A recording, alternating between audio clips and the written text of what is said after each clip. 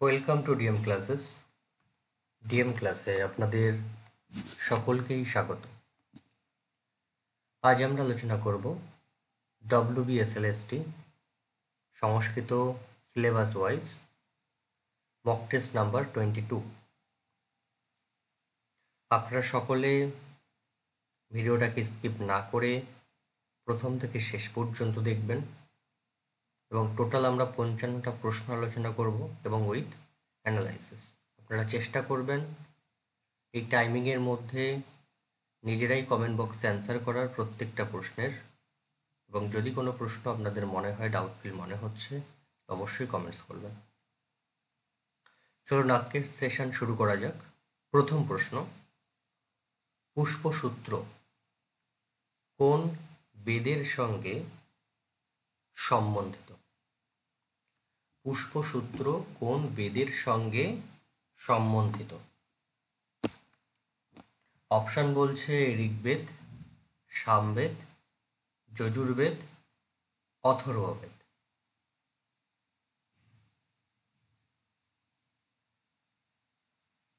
পুষ্পসূত্র আমরা জানি প্রাতিসাক্ষ্য গ্রন্থ একটি। এই পুষ্পসূত্র প্রাতিসাক্ষ্য গ্রন্থ সামবেদের সঙ্গে যোগযুক্ত বা সম্বন্ধিত। 2 নম্বর প্রশ্ন, যাস্ককৃত নিরুক্ত কয়টি অধ্যায়ে বিভক্ত? যাস্ককৃত নিরুক্ত কয়টি অধ্যায়ে বিভক্ত? অপশন বলছে 5, 12, 18, 20।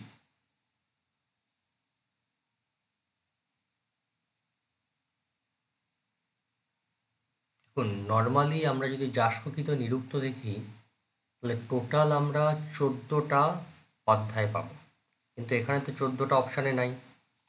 দেখো, 14টার মধ্যে 12টা ছিল মূল, 2টো ছিল পরিশিষ্ট, তাহলে এখানে ধরতে হবে আমাকে কি 12টা। এই নিরুক্তের অপর নাম হচ্ছে দ্বাদশ অধ্যায়ী। আর এই যে 14টি অধ্যায়ের কথা বলা হচ্ছে এটা দুর্গা সিংহের মতে হচ্ছে 14টি। পরের প্রশ্নে আসো, পারস্কর গৃহ্যসূত্র কোন বেদের? অপশন ঋক, সাম, কৃষ্ণ যজুর্বেদ, শুক্ল যজুর্বেদ।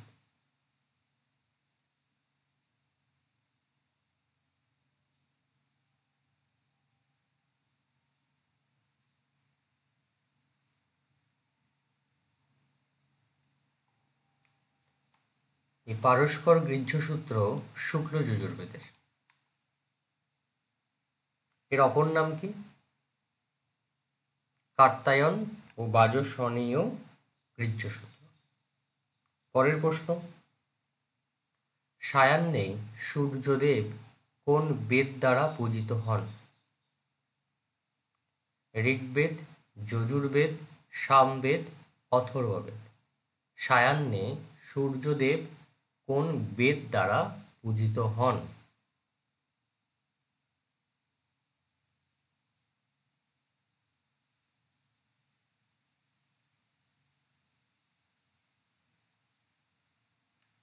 এখানে অ্যান্সার হবে সায়াহ্নে সামবেদ দ্বারা পূজিত হন। ঋগ্বেদ দ্বারা প্রাতে পূজিত হন, যজুর দ্বারা মধ্যাহ্নে পূজিত হন, আর সামবেদ দ্বারা সায়াহ্নে সূর্যদেব পূজিত হন। পরের প্রশ্ন, কৃষ্ণ যজুর্বেদের ভাষ্য জ্ঞানযোগ কার রচনা? ভট্ট ভাস্কর, ভবস্বামী, সায়ন, বালকৃষ্ণ।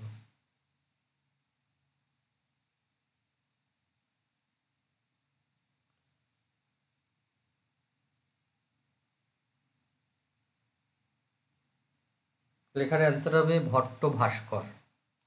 তিনি জ্ঞানযোগ্য ভাষ্য রচনা করেছেন। এই ভট্ট ভাস্কর ছিল একাদশ শতকের একজন ভাষ্যকার। তিনি ছিলেন কৌশিক গোত্রীয় ভাষ্যকার। কৌশিক গোত্রীয় একজন ব্রাহ্মণ। পরের প্রশ্ন, রামায়ণের সর্বশ্রেষ্ঠ টিকা? রামানুজীয়, রামায়ণ কতক, সর্বার্থ সার, তিলক টিকা। রামায়ণের সর্বশ্রেষ্ঠ টিকা।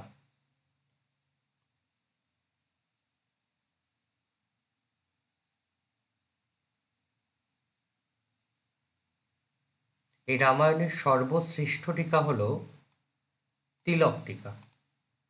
আর যদি কখনো প্রশ্ন করে যে সর্বপ্রাচীন কোনটা, তাহলে হবে রামানুজীয়। পরের প্রশ্ন, অর্জুনের 10 নামের অন্তর্গত নয়। অর্জুনের 10 নামের অন্তর্গত নয়। সব্যসাচী, পার্থ, কৃষ্ণ, অর্জুন।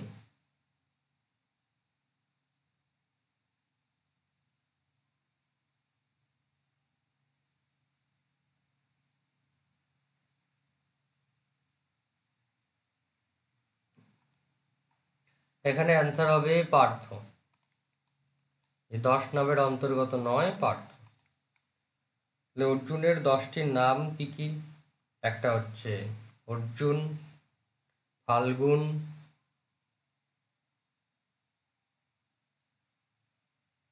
জিষ্ণু, কিরীটি, শ্বেতবাহন, বিভৎসু, বিজয়, কৃষ্ণ, সব্যসাচী, ধনঞ্জয়। এগুলি টোটাল 10টি। রামের কত বৎসর বনবাস হয়েছিল?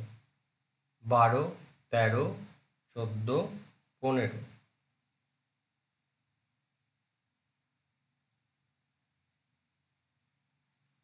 আমরা সকলেই জানি এটা 14 বৎসর। পরে, মহাভারতের কাহিনী অবলম্বনে রচিত নাটক।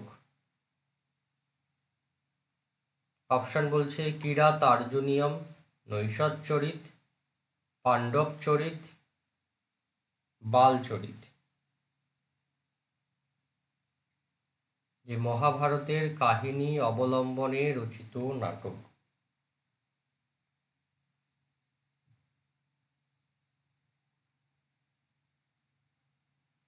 এটি অ্যান্সার হবে বালচরিত।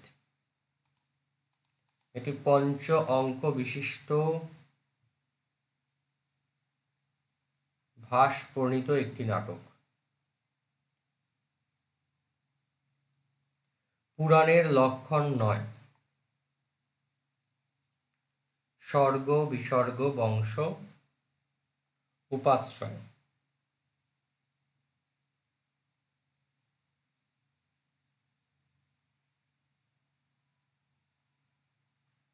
অ্যান্সার হবে উপাশ্রয়।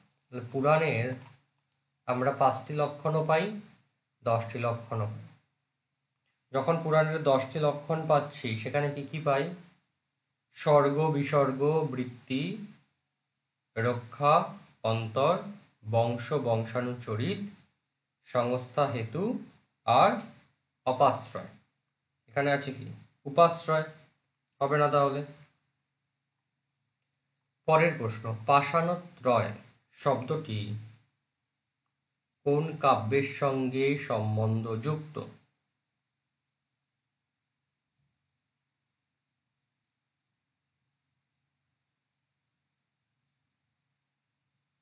অপশন বলছে শিশুপাল বধ, কিরাতার্জুনীয়ম, ভট্টিকাব্য, নৈষৎচরিত।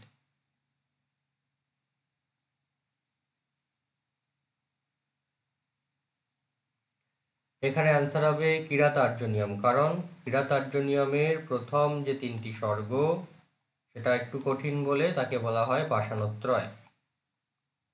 এরপরে ভাস ও হাস উক্তিটি কোথায় আছে? ভাস ও হাস কে বলেছে? অপশন বলছে হর্ষচরিত, মালবিকাগ্নিমিত্র, গৌরবহ, অপ্রসন্ন রাঘব। ভাস ও হাস।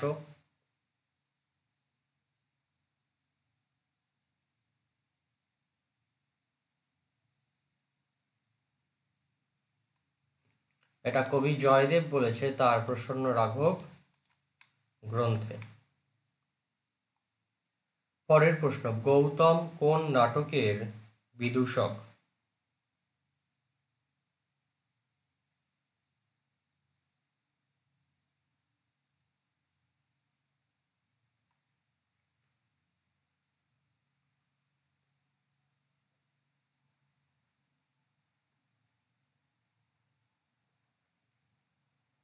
এখানে অপশন বলছে নাগানন্দ, মালবিকাগ্নিমিত্রম, চারুদত্ত, মৃচ্ছকটিক।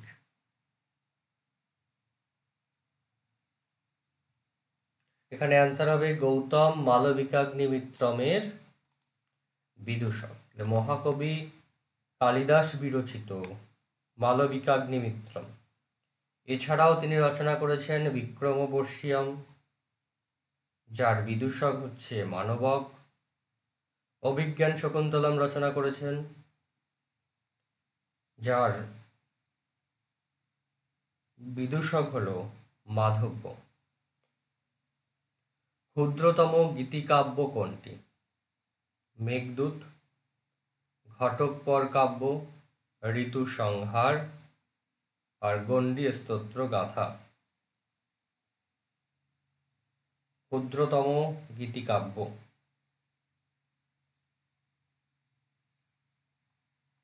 অ্যান্সার হবে ঘটোৎকচ কাব্য, কারণ মেঘদূত কাব্যে আমরা 117টি শ্লোক পাই, ঘটোৎকচ কাব্যে 22টি, ঋতু সংহারে 153টি, গণ্ডী স্তোত্রে 29টি।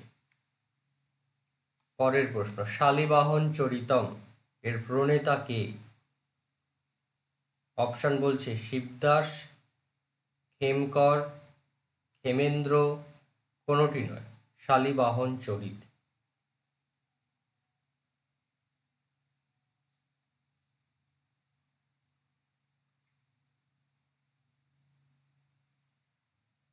এটি হবে শিবদাসের। দেখো, শিবদাস 3টে রচনা করেছে গল্প গ্রন্থ: শালীবাহন চরিত, কথার্ণব, বেতাল পঞ্চবিংশতি। পরের প্রশ্ন, বেনি সংহার নাটকের অঙ্ক সংখ্যা। কে রচনা করেছে বেনি সংহার? ভট্টনারায়ণ।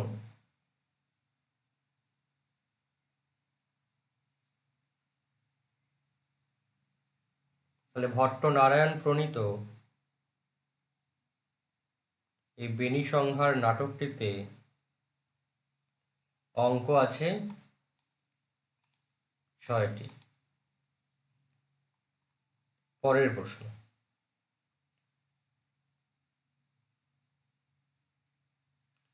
বৃহৎ কথা কোন ভাষায় রচিত? পৈশাচী প্রাকৃত, সৌরসেনী প্রাকৃত, মাগধী প্রাকৃত, মহারাষ্ট্রী প্রাকৃত।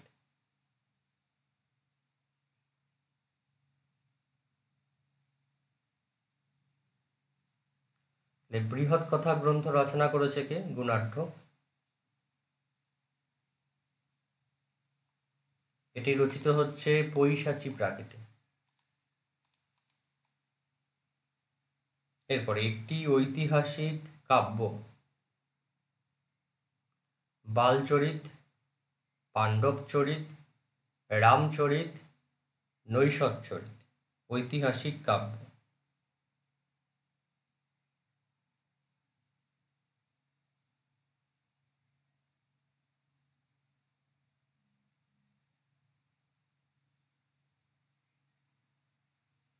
এখানে অ্যান্সার হবে রামচরিত।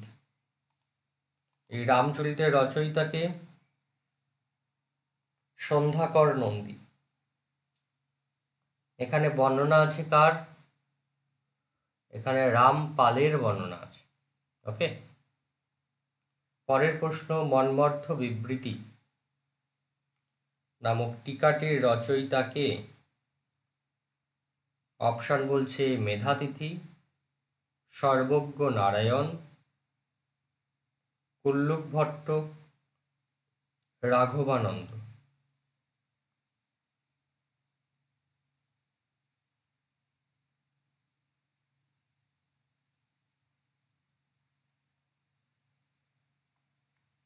এখানে অ্যান্সার হবে সর্বজ্ঞ নারায়ণ। দেখো, মনু সংহিতার মেধাতিথির ভাষ্য হচ্ছে মনুভাষ্য। সর্বজ্ঞ নারায়ণের মন্মর্থ বিবৃতি, কুল্লুক ভট্টের মন্মর্থ মুক্তাবলী, আর রাঘবানন্দের মন্মর্থ চন্দ্রিকা।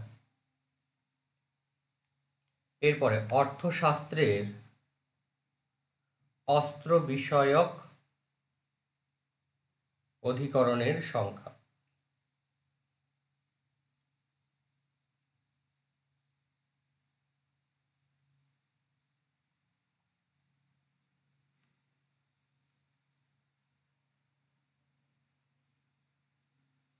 এখানে অস্ত্র হবে না, এখানে হবে তন্ত্র বিষয়ক। অর্থশাস্ত্রের তন্ত্র বিষয়ক অধিকরণের সংখ্যা। অপশান বলছে 3, 5, 7 আর 9।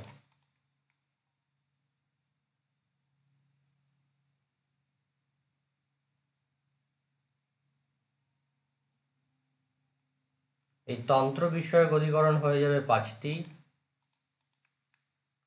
বিনয়াধিকারিক, অধ্যক্ষোপচার, ধর্মস্থীয়, কণ্টকশোধন, যোগবৃত্ত। পরের প্রশ্ন, মনু সংহিতার শ্লোক সংখ্যা। 2578, 2638, 2694, 2752।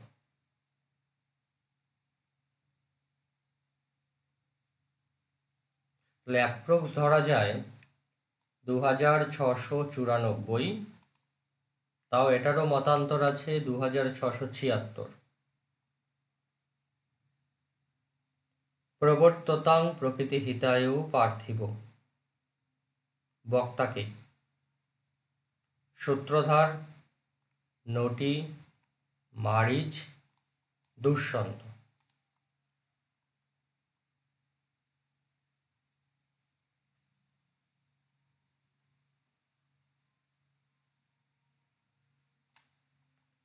এটি কি? এটি হচ্ছে ভরত বাক্য।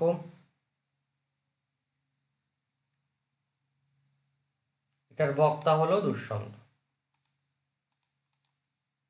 অভিজ্ঞান শকুন্তলম নাটকের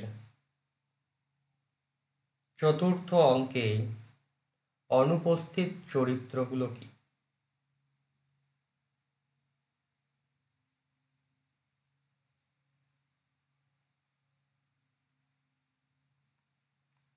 অ্যান্সার হবে মাধব্য। এই অভিজ্ঞান শকুন্তলম থেকে কোন অঙ্কে কতগুলো করে চরিত্র আছে তার একটা চার্ট বানিয়ে নেবে। পরের প্রশ্ন, অর্থশাস্ত্র অনুসারে মন্ত্রাঙ্গ কয়টি? 2, 3, 4, 5।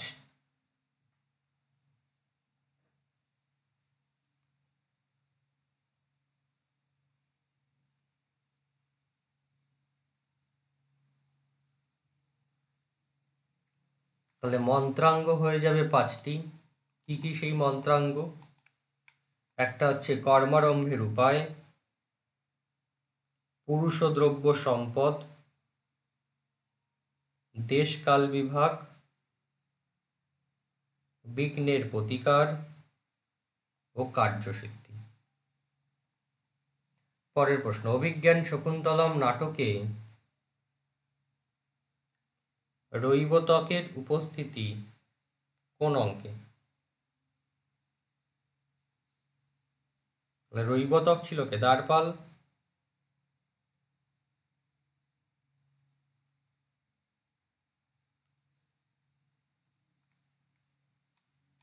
দ্বিতীয় অঙ্কে উপস্থিতি লক্ষ্য করা যায়।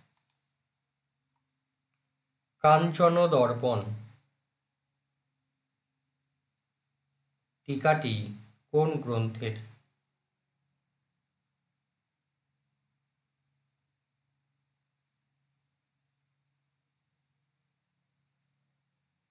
অপশন বলছে হর্ষচরিত, বাসবদত্তা, কাদম্বরী, দশকুমার চরিত।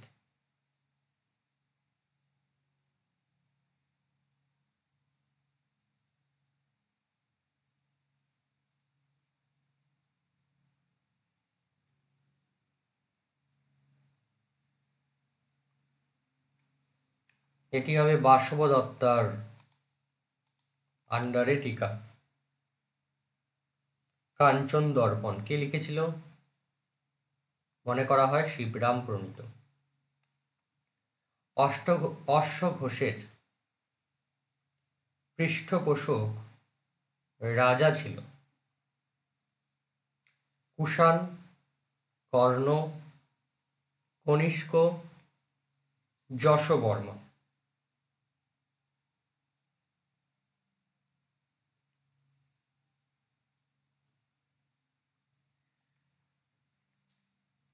এখানে অ্যান্সার হবে কনিষ্ক।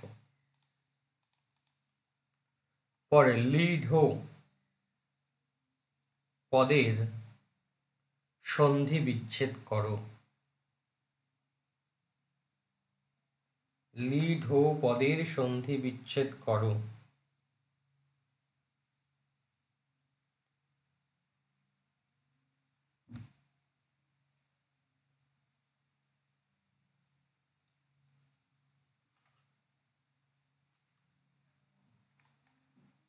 এখানে লাস্টে একটা ঠিক হবে।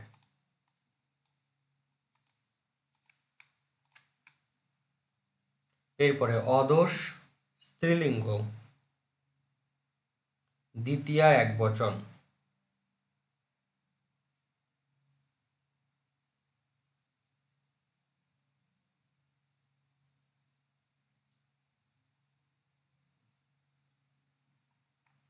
এখানে অ্যান্সার হবে সি। ইশ লিট উত্তম পুরুষ একবচন।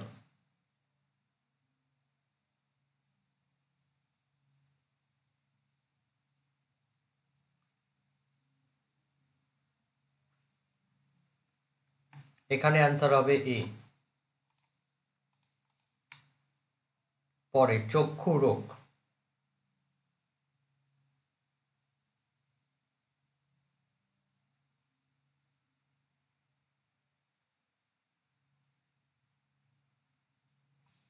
এখানে অ্যান্সার হবে ডি।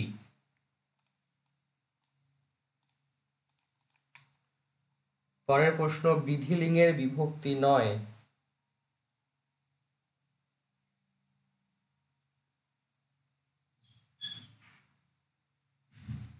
এখানে অ্যান্সার হবে 32-এর সি। এরপরে আসো অষ্ট শব্দের ষষ্ঠী।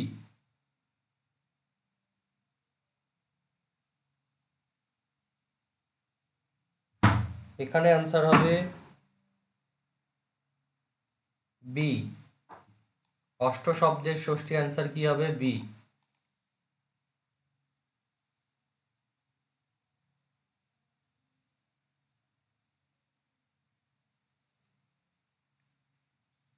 এরপরে 34 অশ্ব বিক্রমতে।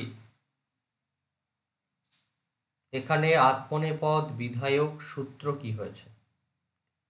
অশ্ব বিক্রমতে এখানে আত্মনেপদ বিধায়ক সূত্র কি হয়েছে?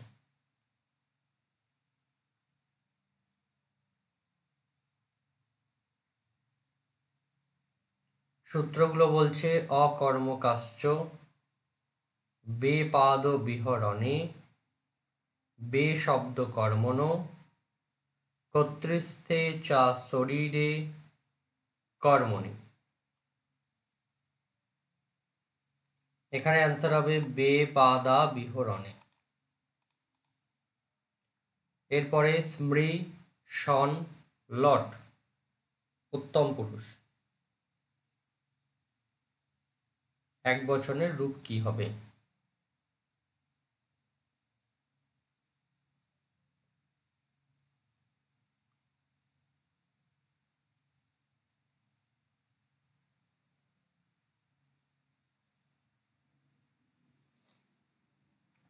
এখানে অ্যান্সার হবে ডি।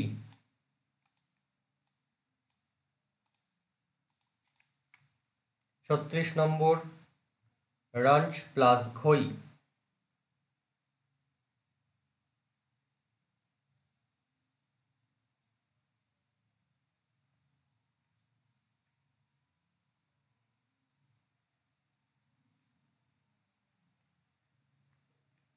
এখানে অ্যান্সার হবে সি।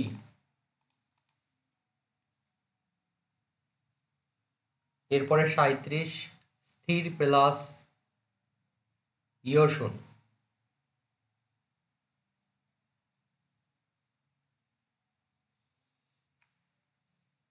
এখানে অ্যান্সার হবে বি। এরপরে 38, বয়সী প্রথমে সূত্র দ্বারা ই প্রত্যয় হয়েছে কোন উদাহরণে?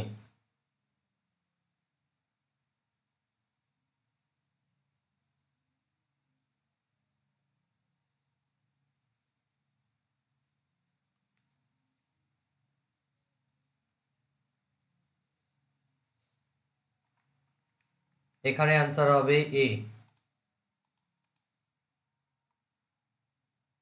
এরপরে মানবকং ধর্মং ব্রুতে।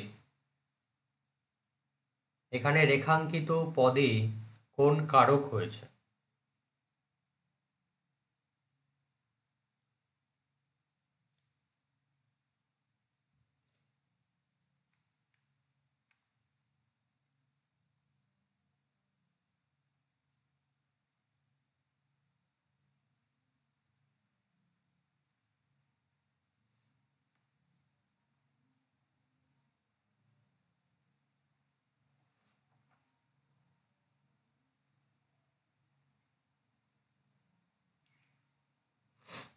এখানে ধর্মপদ রেখাঙ্কিত, এখানে অ্যান্সার হবে কথিত কর্ম।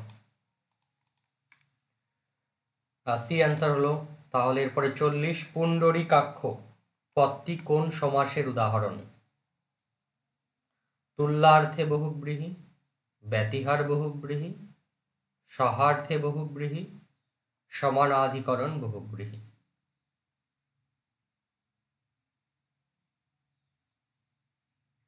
এটি হবে তুল্যার্থে বহুব্রীহি।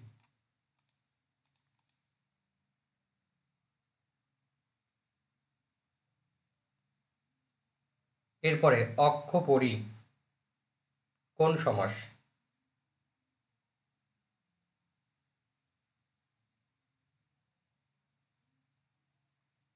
অব্যয়ীভাব, কর্মধারায়, তৎপুরুষ, নিত্য।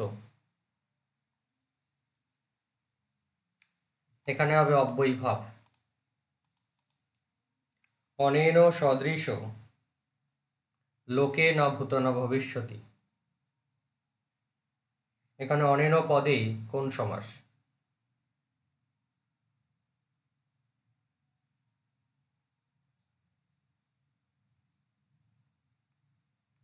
এখানে হবে শুধু তৃতীয়া,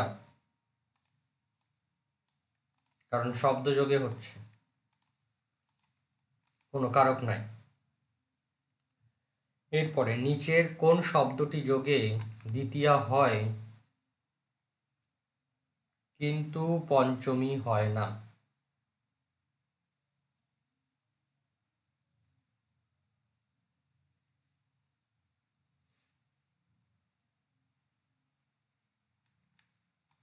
অ্যান্সার হবে সি। নাক কোন সমাস?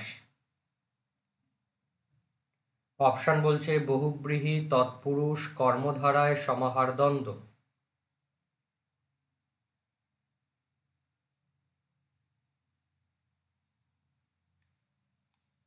অ্যান্সার হবে তৎপুরুষ, নই তৎপুরুষ।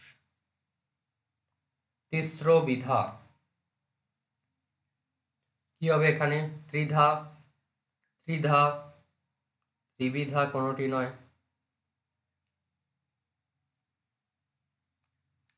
অ্যান্সার হবে ত্রিধা। চক্রে নিব আচরতি, কি হবে এখানে এক কথায় প্রকাশ? চক্রে নিব আচরতি।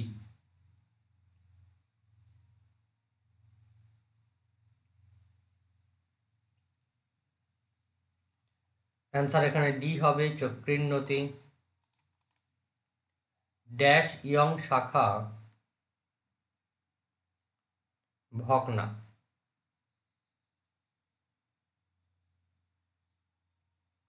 এখানে অ্যান্সার হবে ত্রিফলি ইয়ং শাখা ভগ্না। নিম্নের কোন অব্যয় পদটি ভিন্ন?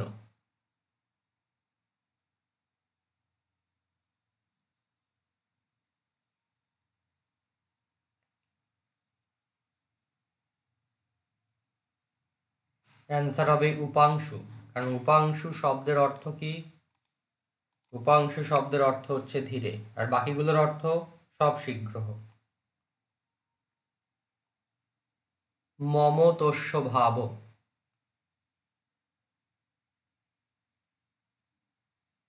এখানে অপশন বলছে মমতা, মৌনতা, মামক, মত্ততা। এখানে অ্যান্সার হবে এ মমতা। এরপরে 50, জঘাস আদৌ যক্ষ, এর পরের টার্মটা কি হবে?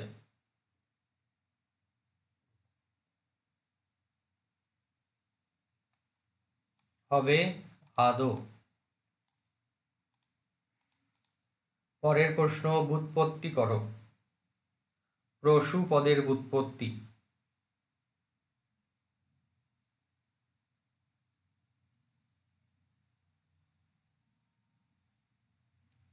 অ্যান্সার কি হবে? বি হবে, প্রসূ কি পার সু। পরের প্রশ্ন, নিম্নের কোন বাক্যটি শুদ্ধ নয়?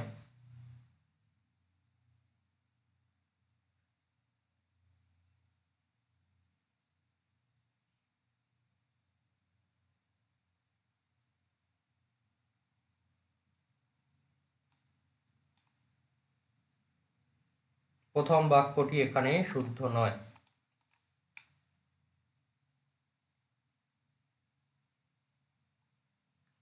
পরের প্রশ্ন, নেদয়তি ব্যুৎপত্তি কি হবে?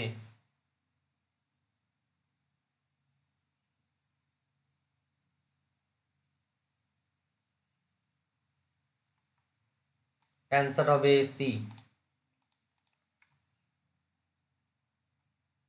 আমি গীতা পড়েছি, সংস্কৃত অনুবাদ সঠিক নয় কোনটি?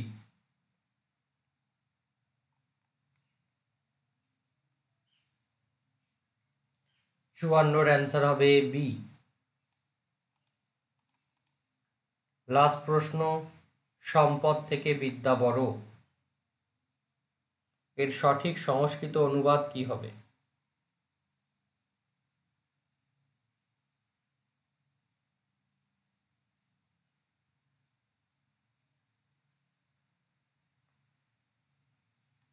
এখানে অ্যান্সার হবে সম্পদ বিদ্যা গড়িয়সী, এ এখানে সঠিক অ্যান্সার হবে। চলো, আজকের সেশনে আমরা টোটাল 55টি প্রশ্ন দেখলাম। আশা করি তোমরা সকলে প্রথম থেকে শেষ পর্যন্তই ভিডিওটা দেখছো। তোমাদের যদি ভিডিওটা ভালো লাগে অবশ্যই কমেন্টস করবে আর তোমার বন্ধুদের মতো শেয়ার করবে। যারা চ্যানেলটিকে এখনো সাবস্ক্রাইব করোনি অবশ্যই চ্যানেলটিকে সাবস্ক্রাইব করবে। এবং তোমরা যারা ভাবছো যে তোমরা মক টেস্ট বাই করবে, তাহলে ডেসক্রিপশানে যে নাম্বার দেওয়া আছে সেখান থেকে কন্ট্যাক্ট করতে পারো। তোমরা দুটো অপশানে পেয়ে যাবে, পিডিএফ ফরম্যাটে পেতে পারো, বাই কুরিয়ার পেতে পারো।